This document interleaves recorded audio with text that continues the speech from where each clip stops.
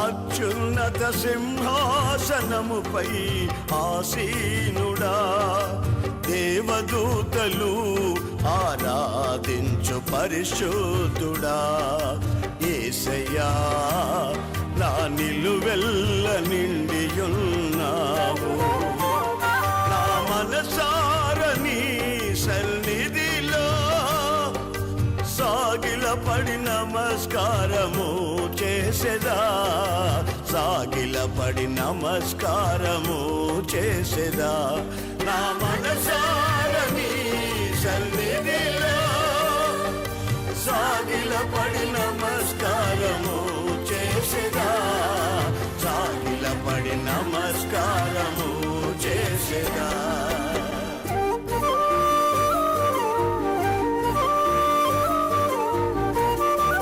మన ప్రభువును రక్షకుడైన యేసు క్రీస్తు అతి శ్రేష్టమైన నామాన్ని బట్టి దేవుని బిడ్డలైన మీ అందరికీ పేరు పేరున హృదయపూర్వక వందనాలు. కొద్దిసేపు దేవుని మాటలు విందాం. 122వ కీర్తన 3వ వాక్యం, యెరూషలేమా నీవు బాగుగా కట్టబడిన పట్టణం వలె నీవు కట్టబడి ఉన్నావు. ఇక్కడ చక్కని మాట రాయబడుతుంది. కట్టడం అనే పదం విలువైంది.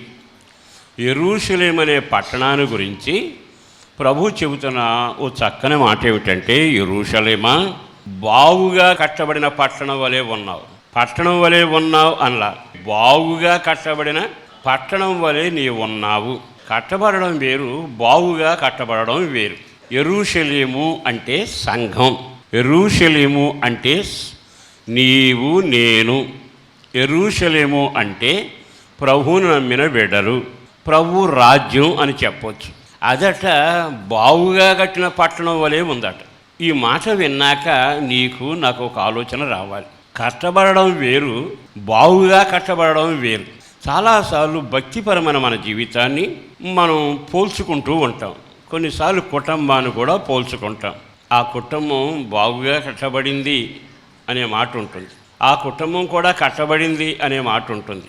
కానీ ఇప్పుడు చెప్పిన మాట ఏమిటంటే, బావుగా కట్టబడిన పట్టణం వలె నీవు నేను ఉండాలి. బావుగా కట్టబడిన పట్టణం వలె లేకపోతే భక్తి ఉంటుంది, భయం ఉంటుంది, బైబిల్ ఉంటుంది, ఆరాధన ఉంటుంది, సహవాసం ఉంటుంది. కానీ నీ కట్టడం సాధారణమైన కట్టడమా, బావుగా కట్టబడిన కట్టడమా? ఈ వ్యత్యాసాన్ని గమనించి మన భక్తిని కొలత వేసుకోవాలి. నేను ఈరోజు మీకు చెప్పాలనుకున్న మాట ఏమిటంటే, బావుగా కట్టబడిన బ్రతుకు, బావుగా కట్టబడిన విశ్వాస జీవితం, బావుగా కట్టబడిన కృప కలిగిన సంఘం. సరే, మీకు అర్థమయ్యే కొన్ని విషయాలు నేను చెబుతాను, జాగ్రత్తగా వినండి. మనం బావుగా కట్టబడిన పట్టణం వలె ఉండాలి. కొన్ని కట్టడాలు మీకు జ్ఞాపకం చేస్తాను, కొంతమంది జీవితాలు మీ ముందు పెడతాను. మొదలుగా ఆదికాండం 11వ అధ్యాయంలోకి వెళదాం. ఆదికాండం 11వ అధ్యాయంలోకి వెళితే భలే గొప్ప గోపురం కట్టారట. మీకు అర్థమైన మాట చెబుతాను. నోవాహు దినాలు అయిపోయాయి, అంటే జలప్రళయం అయిపోయాక ఓడలో నుంచి 8 మంది దిగారు. ఆ 8 మంది భక్తి చేసి విస్తరించారు. వాళ్ళల్లో కొంతమంది గర్విష్ఠులు పుట్టారు, పరాక్రమశాలులు పుట్టారు, నేర్పరులు పుట్టారు, మాటగారులు పుట్టారు, అన్ని రంగాలు ఆరుతీరిన అంశల వాడు లీడన్న ధీమాతో బతికిన వాళ్ళు పుట్టారు. అలా జనం విస్తరించాక వాళ్ళంతా ఒక రోజున మీటింగ్ పెట్టుకున్నారు. ఆ మీటింగ్ ఏమిటంటే, దేవుడు నీటి చేత భూమిని నింపేసి పాడు చేశాడుగా, మరలా అట్లాంటి ప్రళయం వస్తుందేమో, ఒకవేళ అలాంటి ప్రళయం వస్తే మేము పాడు కాకుండా, మనం నాశనం కాకుండా గోపురాన్ని కట్టుకుందామని మీటింగ్ పెట్టారు. వాళ్ళందరూ అనుకున్నది ఏమిటంటే, మంచిగా బాగుగా గోపురం కడదాం అనుకుని ఆలోచన చేస్తే వాళ్ళగా ఒక అతను లేచి అన్నాడు, అయ్యా మనల్ని దేవుడు వాగ్దానంతో నడిపిస్తున్నాడు కదా. ఆయన ఏమన్నాడు, ఇక మీదట భూమి మీద నేను నీటిని పంపి నాశనము చేయను అని మాట ఇచ్చాడు కదా. మన దేవుడు మాట ఇచ్చి నెరవేర్చేవాడు కదా. అందుకని మనం ఎందుకు గోపురం కట్టుకోవాలి? ఆయన ఎట్లయినా జలప్రళయం లేకుండా మనం నడిపిస్తాడు అంటే ఆయన మాటలు అలాగే ఉంటాయిలే, అయినా ముందు చూపు ఉండాలిగా అంటూ ముందు చూపుగా వాళ్ళు గోపురాన్ని కట్టారు. కడుతూ ఉంటే దేవుడు చూశాడు. ఆ కట్టుకుంటూ వాళ్ళు అనుకునేది ఏమిటంటే, భూమి మీద ఇట్లాంటి గోపురం కట్టారు అనే పేరు ఎవరికి ఉండకూడదు, మనకే ఉండాలి. అది కూడా ఎంత ఎత్తు ఉండాలో తెలుసా? ఆకాశమందు దేవుడు నివసిస్తున్నాడే అక్కడ వరకు అంత ఎత్తు గోపురం కట్టాలి అని అనుకున్నారు. ఆకాశమందున దేవుడు చూడవచ్చే దేవుడు, ఆయన చూడవచ్చాడండి ఆ గోపురాన్ని. వస్తే ఆ గోపురాన్ని చూశాక ఆయన ఏమన్నాడు తెలుసా? సరే వీళ్ళు చేస్తున్నారుగా, బావుగా కట్టుకుని గోపురంలాగా ఉండి కొన్ని ఆలోచనలు కలిగి ఉన్నాయిగా అని వెంటనే వీళ్ళు నా మాట నమ్మక వాళ్ళే వాళ్ళ మాట మీద, వాళ్ళ ధైర్యం మీద, వాళ్ళ చేతి పని మీద ఆలోచన కలిగి ఉన్నారుగా అని అప్పుడు ఆయన భాషలు తారుమారు చేశాడు. భాషలు తారుమారైపోయి గోపురం కట్టడం ఆగిపోయింది. ఇక్కడ నేను మీకు ఒక విషయం చెప్పాలి. గోపురం తప్పు కాదుగా, గోపురం కట్టడం తప్పు కాదుగా, కానీ బావుగా కట్టబడిన కట్టడం వలె ఉండాల్సింది మధ్యలోనే ఎందుకు తారుమారయ్యింది అంటే వాళ్ళ జీవితంలో కట్టడంలో కొన్ని లోపాలు వచ్చాయి. కట్టడంలో వాళ్ళ వైఖరి దారుణంగా ఉందిగా. వారు కట్టుకునే పరిస్థితి ఎలా ఉందో చదవండి కిందకి. రాళ్లకు ప్రతిగా ఇటుకలను, రాళ్లకు ప్రతిగా ఇటుకలను, అడుసునకు ప్రతిగా మట్టి కీలును వారికి ఉండెను. మొదటి మాట, రాయికి ప్రతిగా ఇటుకలు ఉన్నవి. ఇటుకలు ఎవరు తయారు చేస్తారు? ఇటుకలు మనుషులు తయారు చేస్తారు. రాళ్ళు ఎవరు తయారు చేస్తారు? కొండలు ఎవరు తయారు చేస్తారు? పర్వతాలు ఎవరు తయారు చేస్తారు? మరి ఇటుకలు అంటే ఇప్పుడు వీళ్ళకున్న మొదటి సాధనం ఏమిటో తెలుసా? రాళ్లకు ప్రతిగా.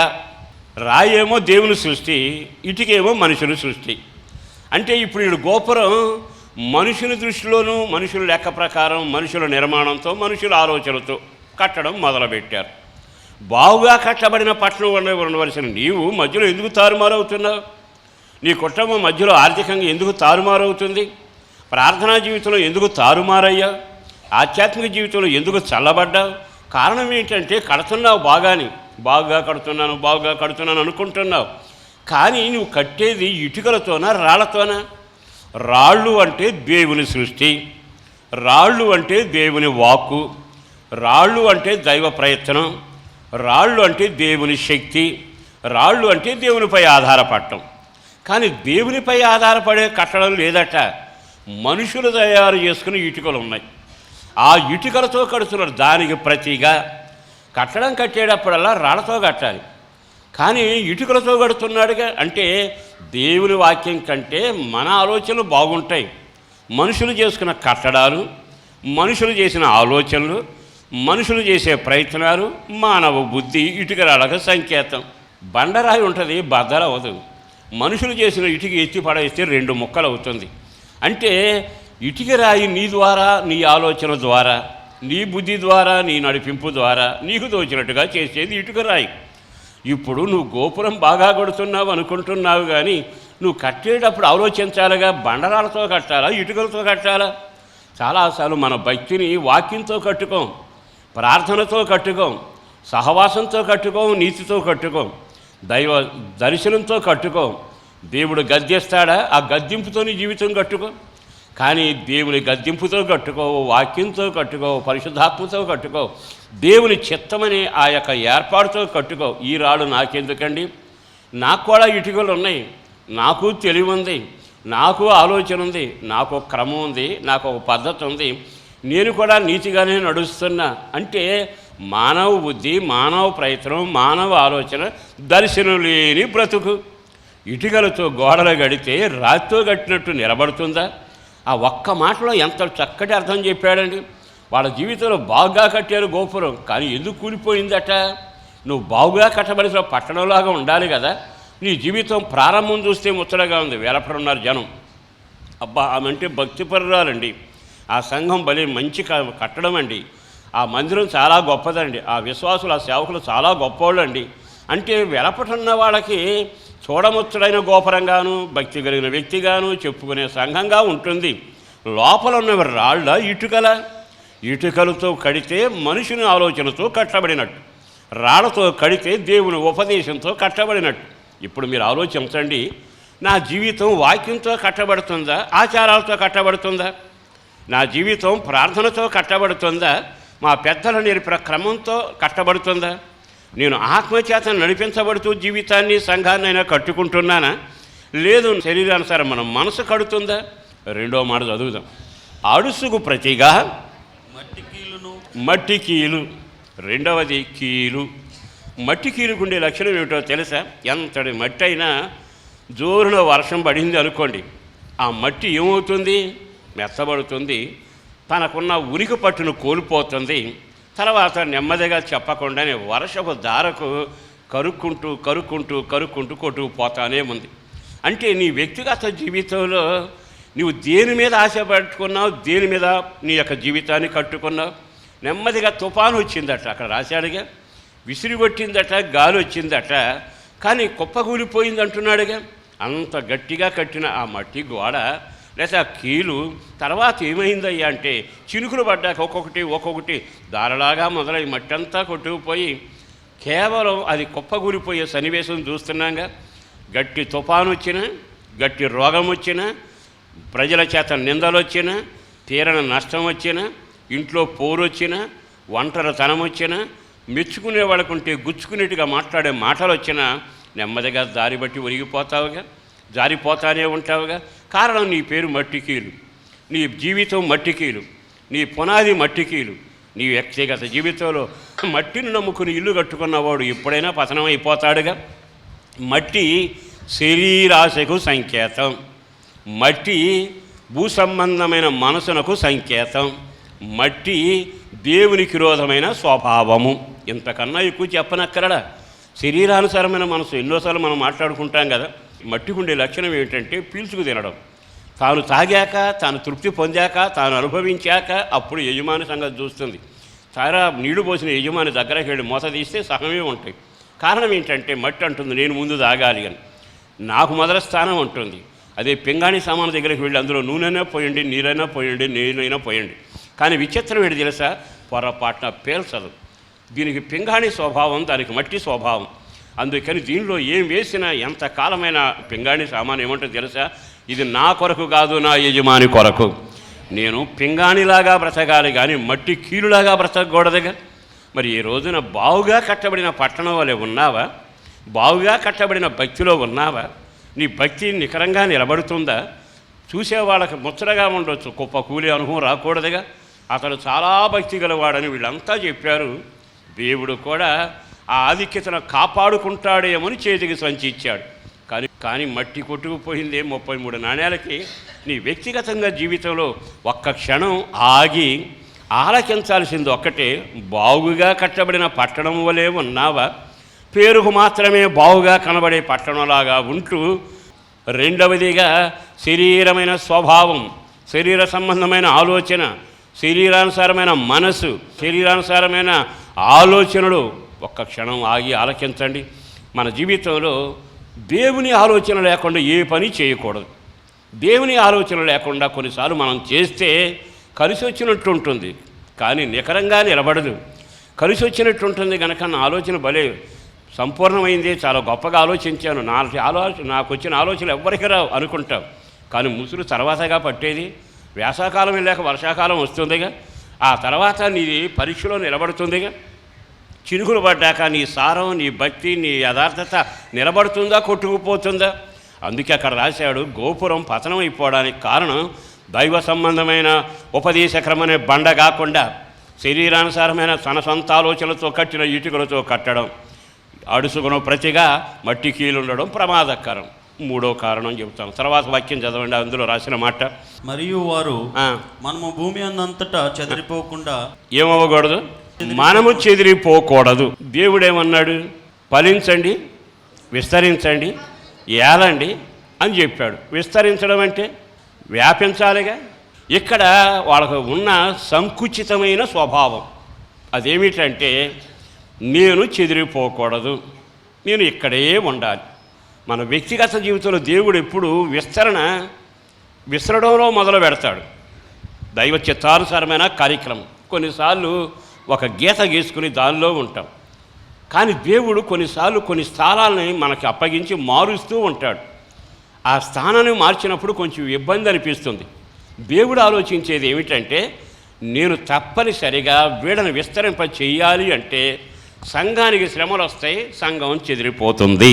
అపోస్తలుల పరిచర్యను దేవుడు అంటాడు కదా, బూదిగంతాల వరకు మీరు వెళ్ళాలి అంటే అర్థం ఏమిటి? నీవు ఎక్కడ ఉండి ఫలించడమే కాదు, నిన్ను ఎక్కడికైనా పంపిస్తాడు. ఒక్కసారి ఆగి ఆలోచిస్తే మన దేవుడు ఎవరో తెలుసా?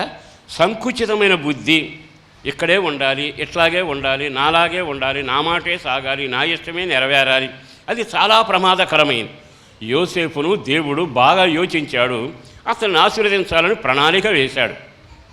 విసిరి కొట్టాడండి. అన్నదమ్ములు కారణంగా నిలబడ్డారు. నీళ్లు లేని గోతులో పడ్డారు. తర్వాత అవమానపరచబడ్డారు. మార్కెట్లో అమ్మబడ్డాడు. పశువులాగా వెళ్ళిపోయాడు. ఇంతకీ ఎందుకు వెళ్ళాడో తెలుసా? ఆ దేశానికి ఒక రాజు అవ్వాలి, 7 సంవత్సరాల కరువు కాలంలో ప్రజలు బ్రతికించాలి, అందుకు ఈతను నేను అక్కడికి తీసుకుని వెళుతున్నాను. యోసేపు కాని దేశానికి వెళ్ళాడట. కష్టాల మధ్యలో కొన్నిసార్లు మన జీవితంలో కష్టాలు వస్తాయి, కొన్ని ఇబ్బందులు వస్తాయి. ఎంత కలిసి మనం ప్రార్థన చేసినా దేవుడు వాటిని చెదరగొట్టినట్టే ఉంటాడు. అప్పుడు అనిపిస్తుంది, ఇంత ప్రార్థన చేశానండి, ఏమిటో ఇట్లా అయిపోయింది. ఇట్లా అయిపోయిందని కాదు, దేవా నీ చిత్తం ఏమిటని అడగాలి. యోసేపు విసిరి వేయబడితే ఐగుప్తు దేశానికి రాజుగా మారుతూ వచ్చాడుగా. నా యేసును బట్టి బ్రతిమలాడుతూ చెబుతున్నా, నీ వ్యక్తిగత జీవితంలో శ్రమలు వస్తాయి. వచ్చిన శ్రమలు నిన్ను విస్తరింప చేస్తాయి. నువ్వు అనుకుంటావు ఈ శ్రమలు రాకుండా ఉంటే బాగుండేది, ఈ కష్టాలు రాకుండా ఉంటే బాగుండేది. కానీ ఎప్పుడు అలా అనుకోకు, దేవుడు శ్రమ ద్వారా కూడా నిన్ను విస్తరింప చేయబోతున్నాడు. ఒక వాక్యం చూపిస్తానండి. పేతురు రాసిన 2వ పత్రిక 1వ అధ్యాయము 14వ వాక్యాన్ని చదువుదాం. నేను ఈ గుడారంలో ఉన్నంత కాలము ఈ సంగతులను జ్ఞాపకం చేసి మిమ్మును రేపుట న్యాయమే. గూడు రేపడం మామూలు విషయమా? అంటే దేవుడు అప్పుడు మన కుటుంబాల్లో చిక్కులు పెడతాడు. భార్యతోనో, భర్తతోనో, పిల్లలతోనో, ఆర్థిక ఇబ్బందులతోనో, పక్కింటోళ్ళతో గూడు రేగుతానే ఉంటుంది. గూడు రేగినప్పుడు కంగారు పడక్కల్లా, దేవుడు ఏదో మేలు చేయబోతున్నాడు. గట్టిగా ఆమేనని చెప్పండి. ప్రభువా, నాకే ఇరుకు లేకుండా, ఇబ్బంది లేకుండా, ఏసీ కూడా పక్క గదిలోకి వెళ్లకుండా, తిన్నదంతా వండుకున్నది నాకే పట్టేటట్టుగా అని కాదుగా. దేవుడు చెరుపుతాడు, చెదరగొడతాడు, రేపుతాడు, చిత్రహింసలు పెడతాడు. ఏం జరిగినా నీ కొరకు ఒక సింహాసనం ఉంది, నీ కొరకు ఒక దేవుని ఏర్పాటు ఉంది, నీ కొరకు దేవుని ఒక బలమైన కార్యాలు చేయబోతున్నాడు. కానీ వీళ్ళ ఆలోచన, నా మాట వినండి. దేవుడు అట్లాగే చెబుతాడు, మనం చెదరగొడతా ఉంటాడు. మనం చెదరగొట్టబడవద్దు, దేవుని చిత్తానుసారంగా నడిపించబడవద్దు. మనమే ఇక్కడ గూడు కట్టుకుందాం, ఇక్కడే గోపురం కట్టుకుందాం. ఎంత ఆలోచన అండి! మన వ్యక్తిగత జీవితంలో దేవుని ఆలోచనలు చోటు ఇవ్వకుండా మన ఆలోచనలతోనే భక్తిని కట్టుకుంటే దెబ్బతిరిగిపోతాం. అందుకని ఏం జరిగినా యోబు అందుకే అంత ధైర్యంగా చెప్పాడు, యెహోవా ఇచ్చాను, యెహోవా తీసుకొనను. అంతా చెదరగొట్టాడా, అయిపోయినా ఇంకా నేను ఆయన కొరకు ఎదురు చూస్తా. నా దేవుడు ఎవరో తెలుసా? నాకు మేలు చేసేవాడే కానీ కీడు చేసేవాడు కాడు. మనం బాగుగా కట్టబడిన కట్టడం వలె ఉండాలి అనుకుంటే ఒక్క ఉదాహరణగా బాబేలు గోపురం కనబడుతుంది. బాబేలు గోపురం చూడముచ్చటగా ఉంది కానీ కుప్పగూలిపోయింది. చెప్పుకోవడానికి పేరు వచ్చింది కానీ అందరూ అయోమయ స్థితిలోకి వెళ్ళారు. కారణం మొదటిది, సొంత ఆలోచనని నీటికలు. వాళ్ళ జీవితంలో ఉండవలసిన గట్టి ప్రార్థన ఉపదేశ ప్రకారం కాక మట్టి కీలుతో బ్రతికారు, మట్టి స్వభావంతో నడిచారు. తర్వాత సంకుచితమైన బుద్ధి చేత దేవుడి చిత్తం కంటే నా ఇష్టమే నెరవేరాలని మంకు పట్టారు. 4వది ఉంది, వాళ్ళు ఏం సంపాదించాలట. ఆ వాక్యం తర్వాత జాగ్రత్త చదవండి. మనము భూమి అంతటా చెదిరిపోకుండా ఒక పట్టణమును ఆకాశమునంటూ శిఖరము గల ఒక గోపురమును కట్టుకొని పేరు సంపాదించుకుందాము రండి. ఏం సంపాదించాలట అంటే అర్థం ఏమిటి? మనకి బుద్ధి ఉంటుంది. అందరూ నాకు పేరు రావాలి, అందరూ నేను సాక్ష్యం చేస్తే నాకు గుర్తింపు రావాలి, అందరూ నేను పాడితే గుర్తింపు రావాలి, నేను ప్రసంగం చేస్తే ప్రజలు మెచ్చుకోగలగాలి. అసలు నేను ప్రార్థన చేస్తే ఎంతసేపు మట్టి ఘట్టం ఏమిటో తెలుసా? ఎంతసేపు తనకు తానే పొగుడుకోవడం, ఎవరైనా తన ఘనపరచాలని కోరుకోవడం తప్పేం కాదేం. కానీ లేఖనాల్లో ఎంతకీ నేను పేరు సంపాదించడం, నీకు కాదు పేరు రావాల్సింది. నిన్ను సృష్టించిన వారికి మహిమ కలుగునగాక, నిన్ను రక్షించిన వారికి మహిమ కలగాలి.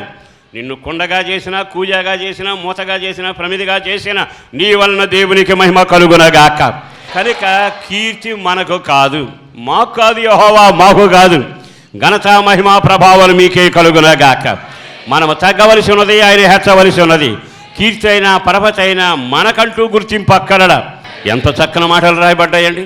అందుకే ఈ 4 పతనావస్థలు వాళ్ళ జీవితంలో ఉండడం వలన కట్టడం బాగానే ఉందనుకుంటూ బాగా కట్టబడ్డాం అనుకున్నారు, కట్టుకుంటున్నాం అనుకున్నారు. ఈ 4 లక్షణాల వల్ల జీవితం మధ్యలో కట్టడం ఆగటమే కాక తారుమారు. ఒక్క క్షణం ఆగి ఆయన వైపు తిరిగితే అక్కడ రాస్తున్నాడు కదా, బాగుగా కట్టబడిన పట్టణం వలె మీరు కట్టబడుదురుగాక. మరి ఆ విధంగా కట్టబడాలి అనుకుంటే గోపురం దగ్గర పాఠం నేర్చుకోవాలిగా. ఇంకొక మాట కూడా చెబుతారు, రాజుల మొదటి గ్రంథంలో పెడతాం 9:3. అతనితో ఇలాగ సెలవిచ్చును, నా సముఖమందు నీవు చేసిన ప్రార్థనా విన్నపములను నేను అంగీకరించి తిని నా నామం అక్కడ సదాకాలం ఉంచుటకు నీవు కట్టించిన ఈ మందిరమును పరిశుద్ధపరిచి ఉన్నాను. నా దృష్టియు నా మనస్సును ఎల్లప్పుడూ అక్కడ ఉండును. మనకేమవుతుంది తెలుసా, కట్టడం పూర్తి అయ్యాక ప్రజలు మెచ్చుకుంటూ ఉంటే లోలోపల గర్వం పెరుగుతూ ఉంటుంది, అహం ఊరేగుతూ ఉంటుంది. నా అంతట వాడు లేడని విర్రవీగే మనసు లేక కొనసాగుతూ ఉంటుంది. జాగ్రత్త, నీ ఆత్మీయ జీవితంలో నువ్వు ఎంత ఎదిగినా ఒదిగి ఉండాలి. దేవుడు ఒక హెచ్చరిక చేశాడు, బాగుగా కట్టబడిన పట్టణం వలె ఉంటున్నావు, జాగ్రత్త. కానీ ఆ బాగుగా కట్టబడిన పట్టణంలో కట్టబడితే బాగుంటుంది, కానీ ఎప్పుడైనా కుప్పగూలిపోతామేమో, జాగ్రత్త అని మాట్లాడి 6వ వాక్యం, అయితే మీరే గాని మీ కుమారులే గాని ఏమాత్రమైనను నన్ను వెంబడించుట మాని నేనిచ్చిన ఆజ్ఞలను కట్టడలను అనుసరింపక ఇతరమైన దేవతలను కొలిచి పూజించిన ఎడల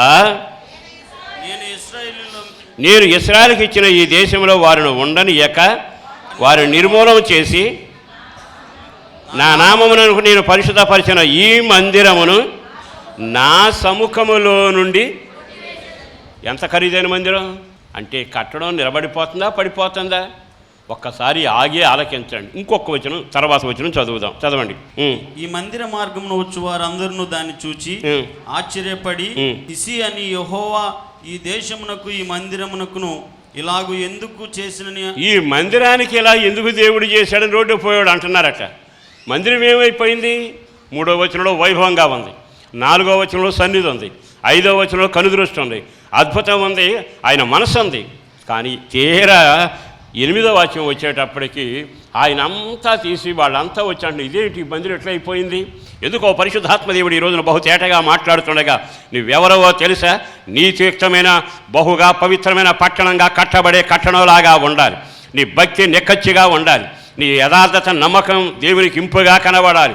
జాగ్రత్త, ఆరంభంలో భక్తి బాగానే ఉంటుంది, గోపురం ఎదిగినట్టే ఉంటుంది, కానీ ముగింపు వచ్చేటప్పుడు ఏమవుతుందో జాగ్రత్త పడాలి. ఎక్కడికి వచ్చేటప్పటికి అంత పెద్ద మంది వైభవం కట్టిన మందిరాన్ని కూడా దేవుడు లెక్క చేయలేం. నువ్వు కానీ దేవుని మాట వినకపోతే నువ్వు ఇచ్చే కట్టడమైనా కానుకైనా నువ్వు చేసే పరిచరణ ఏదైనా ఆయన అంగీకరించడు. యథార్థతను కోరుకుంటాడు, పవిత్రతను కోరుకుంటాడు, నమ్మకత్వాన్ని కోరుకుంటాడు. ఆయన కోరుకునేది ఒక్కటే, మీరు నన్ను వెంబడించాలి, మీరు నన్ను పోలి నడవాలి, మీరు నేను చెప్పినట్టుగా నడవగలగాలి. మరి ఈ రోజున మన కట్టడం నిఖరంగా ఉండాలి అనుకుంటే మనం ప్రభుతో హత్తుకుని జీవిస్తున్నామా, సొలొమోనులాగా దెబ్బతింటున్నామా? ఎందుకో పరిశుద్ధాత్మదేవుడు మాట్లాడుతున్న ఈ వేళ ఒక్క క్షణం ఆగి మనం ఆలోచనలోకి వద్దాం. నీవు బాగుగా కట్టబడిన పట్టణం వలె ఉందువుగాక. మరి వాళ్ళు అలా అయిపోయారుగా. బాగుగా కట్టబడటం అంటే ఏమిటి? ఎఫెసీ పత్రిక 2వ అధ్యాయము 20. నీ కట్టడాన్ని గురించిన చక్కని బాగుగా కట్టబడటం ఇక్కడే మొదలైంది. క్రీస్తు యేసే ముఖ్యమైన మూలరాయి ఉండగా అపోస్తులను ప్రవక్తలను వేసిన పునాది మీద మీరు కట్టబడి ఉన్నారు.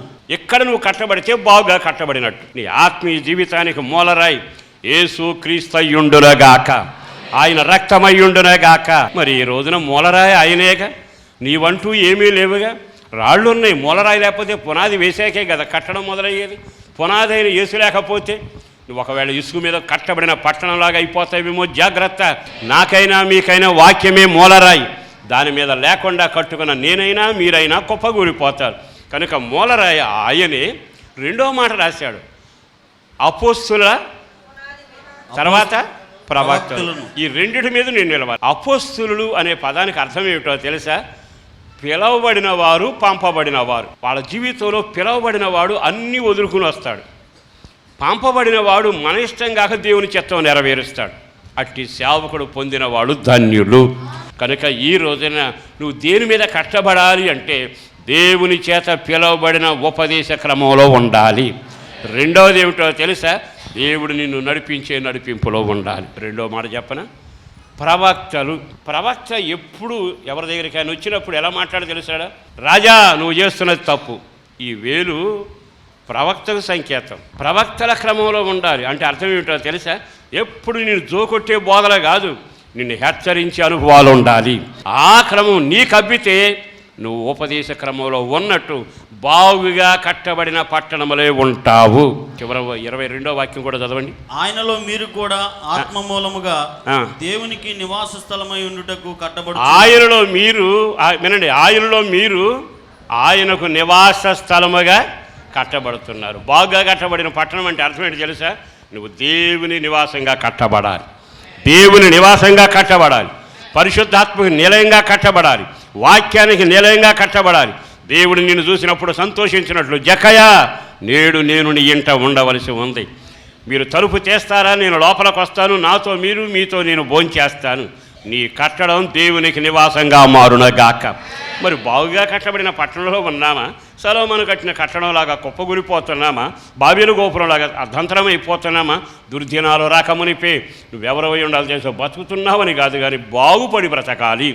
లేఖనాలు విన్నాకైనా ఒక్క క్షణం దేవుని వైపు తిరిగి, ప్రభువా, నేను బాగుగా కట్టబడే పట్టణంలాగా నీకు నివాసంగా కట్టబడాలి, ఉపదేశం మీద కట్టబడాలి, ప్రవక్తల గద్దింపు మీద నేను కట్టబడాలి, నువ్వు చెప్పింది చెప్పినట్టు చేసే అపోస్తుల క్రమం ప్రకారం నేను కట్టబడాలి ప్రభువా. ఆ విధంగా నన్ను కట్టగలవా? సంఘం అలా కట్టబడింది. ఈ రోజుకి 7 సంఘాలు ప్రకటన గ్రంథంలో కనబడుతున్నాయి. భూతల మీద సంఘాలన్నీ ఉపదేశం మీద కట్టబడుతున్నాయి. అట్టి కట్టడలో నీవు ఉంటే బాగుగా కట్టబడిన పట్టణం వలె ఉందువుగాక. ఒకవేళ అలా లేకపోతే అదిగో దెబ్బతిన్న బాబేలు గోపురం కనబడుతుంది. ఇంత కట్టిన ముత్యాలతో కట్టిన ఆ కట్టడం కట్టిన వ్యక్తి నిరాకరించబడుతూ వచ్చాడు. ఆ దుర్దినాలు రాకమునిపే ఒక్క క్షణం ప్రభు పాదాలు పట్టుకుందాం, మోకరించండి. పరిశుద్ధుడను ప్రేమమడిన ప్రభు, వందనాలయ్యా. అపారమైన నీ ప్రేమను బట్టి ధన్యవాదాలు. చేసిన మేలు కొరకు వందనాలు, చేయబోతున్న కార్యాల కొరకు వందనాలు. పేరు పేరున బిడ్డలను దీవించండి, ఆశీర్వదించండి. మహిమ మీకు ఆరోపిస్తున్నాం. కుటుంబ సభ్యులందరూ దీవించబడాలి. కష్టార్జితం ఆశీర్వదకరంగా ఉండాలి. పిల్లల చదువులైనా, ఉద్యోగాలైనా, వ్యాపారమైనా, వ్యవసాయమైనా, జీవోపాధి అందరి ఆరోగ్యం కొరకు ప్రార్థిస్తుండగా కార్యం చేయండి. యేసు శక్తి కలిగిన నామాన్న ప్రార్థించి విన్నవించి వేడుచూ ఉన్నాము తండ్రి. ఆమేన్. మీ ప్రార్థనా వసతుల కొరకు మమ్మలను సంప్రదించవలసిన మా చిరునామా పాస్టర్ దేవదాస్ గారు, వస్తున్నామండి, న్యూజివీడ్ రోడ్డు, హనుమాన్ జంక్షన్, కృష్ణా జిల్లా, ఆంధ్రప్రదేశ్. మా ఫోన్ నెంబర్లు 08656242751, మరి ఒక నెంబర్ 9440772772.